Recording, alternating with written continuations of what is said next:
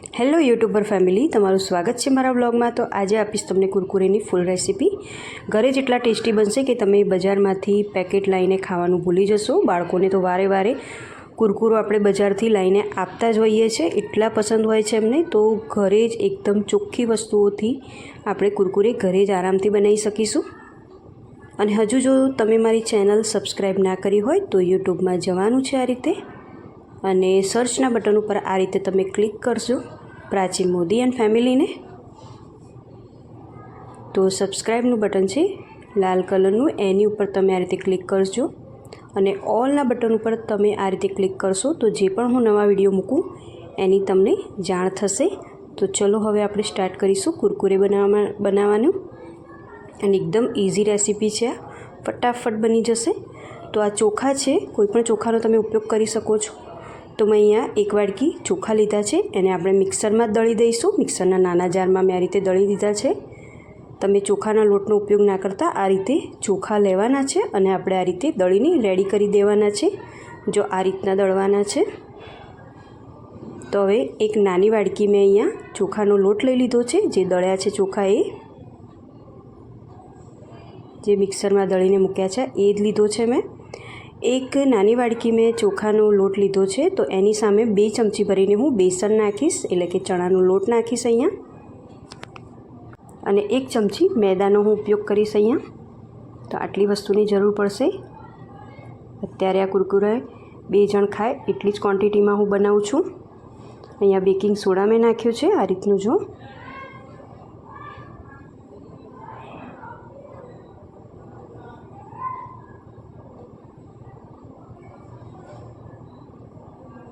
હવે આપણે જે વાડકી ભરીને ચોખાનો લોટ લીધો હતો, તો એની એ જ વાડકીથી આપણે 1.5 વાડકી પાણી નાખવાનું છે આની અંદર। આમાં મેં મીઠાનો ઉપયોગ કર્યો નથી, માત્ર બેકિંગ સોડાનો જ ઉપયોગ કર્યો છે, એ પણ અડધી નાની ચમચી જ આપણે નાખવાનું છે। અને 1.5 વાડકી પાણી નાખીને આ રીતે આપણે ગોળ રેડી કરી દેવાનું છે। આ રીતનું એકદમ સ્મૂથ બનાવી દેવાનું છે। તો સરસ એવું સ્મૂથ બની ગયું છે। તો હવે આપણે ગેસ પર મૂકીશું આને। તો ફૂલ ગેસ ઉપર આપણે થોડીક વાર આ રીતે હલાવીશું, બરાબર હલાવતા રહેવાનું છે। જેમ જેમ હલાવશો એકદમ એ જાડું થતું જશે, એટલે કે થીક થતું જશે, હલાવતા જશો એમ।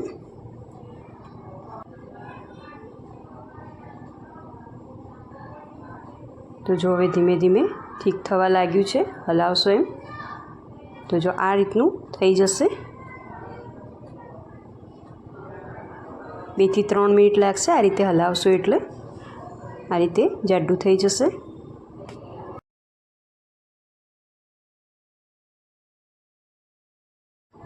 હવે આ રીતનું થઈ જાય એટલે આપણે ગેસ ધીમો કરી દેવાનો છે, અને એને ઢાંકીને આ રીતે મૂકી દેવાનું છે, અને 5 મિનિટ જેવું આપણે એને સિજવા દઈશું ધીમા ગેસ ઉપર। માત્ર 5 મિનિટ જ રાખવાનું છે, વધારે નહીં। 5 મિનિટ થઈ ગઈ છે, અને સરસ એવું આપણું આ લોટ રેડી થઈ ગયો છે કુરકુરે માટેનો। જો આ રીતનું થઈ જશે। હવે હું ગેસ બંધ કરી દઈશ, અને આને ઠંડુ થવા દેવાનું છે આપણે। 10 થી 15 મિનિટ માટે આપણે એને ઠંડુ થવા દઈશું। એકદમ ઠંડુ થાય પછી જ આપણે આમાંથી બનાવીશું કુરકુરે।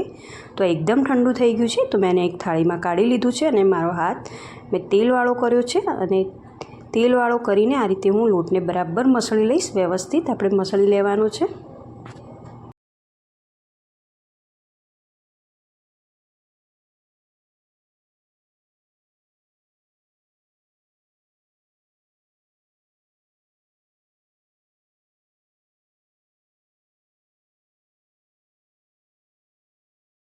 લોટ તમારો જો વ્યવસ્થિત સ્ટીમ થયો હશે તો હાથમાં બિલકુલ પણ નહીં ચોંટે। તો મેં લોટને વ્યવસ્થિત મસળી લીધો છે। હવે હાથ થોડો તેલવાળો કર્યો છે, થોડોક લોટ લઈશ હાથમાં આ રીતે, અને આ રીતે કુરકુરીનો હું શેપ આપી દઈશ। આ રીતનું શેપ આપવાનું છે, બહુ પતલી પણ નહીં કરી દેવાની। આપણે જે કુરકુરે ખાતા હોઈએ છીએ એ તમે જોયા જ હશે, એ જ રીતનું આપણે શેપ આપવાનો છે અહીંયા। તો આ રીતે હું બધા જ કુરકુરે રેડી કરી દઈશ। એક નાની વાડકી લોટનો મેં ઉપયોગ કર્યો છે, તો પણ ઘણા બધા આમાંથી કુરકુરે રેડી થઈ જશે।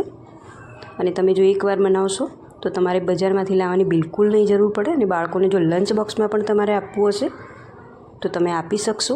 આને બનાવીને તમે સ્ટોર પણ કરી શકશો અને ખાવામાં તો ઘણા ટેસ્ટી લાગે છે.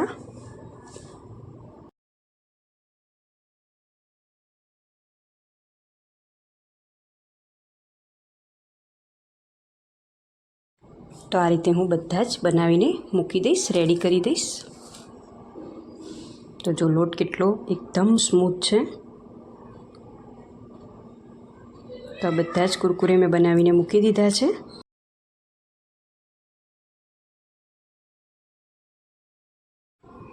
તો તેલ સરસ એવું ગરમ થઈ ગયું છે. તો હવે બનાવીને મૂકેલા કુરકુરે આપણે અંદર એડ કરીશું અને આ કુરકુરે એકદમ ગરમ તેલમાં જ તળવાના.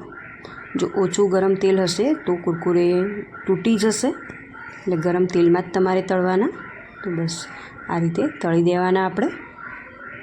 શરૂઆતમાં ફૂલ ફ્લેમ રાખવાની અને થોડાક શેકાઈ જાય એટલે કે તળાઈ જાય પછી આપણે મીડિયમ ફ્લેમ કરી દેવાની. તો બસ આ રીતે હું બધા જ કુરકુરે તળી દઈશ.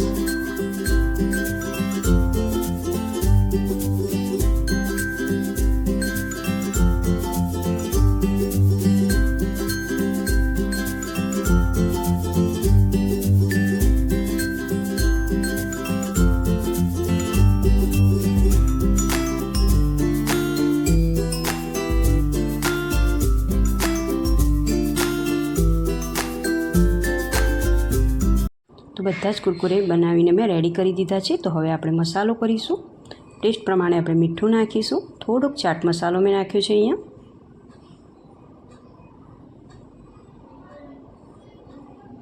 લાલ મરચું નાખીશું.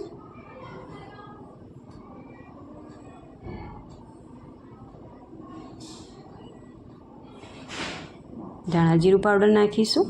આટલો મસાલો કરીને આપણે વ્યવસ્થિત હલાવી દઈશું અને આ તળી અને તરત જ આપણે મસાલો કરી દેવાનો.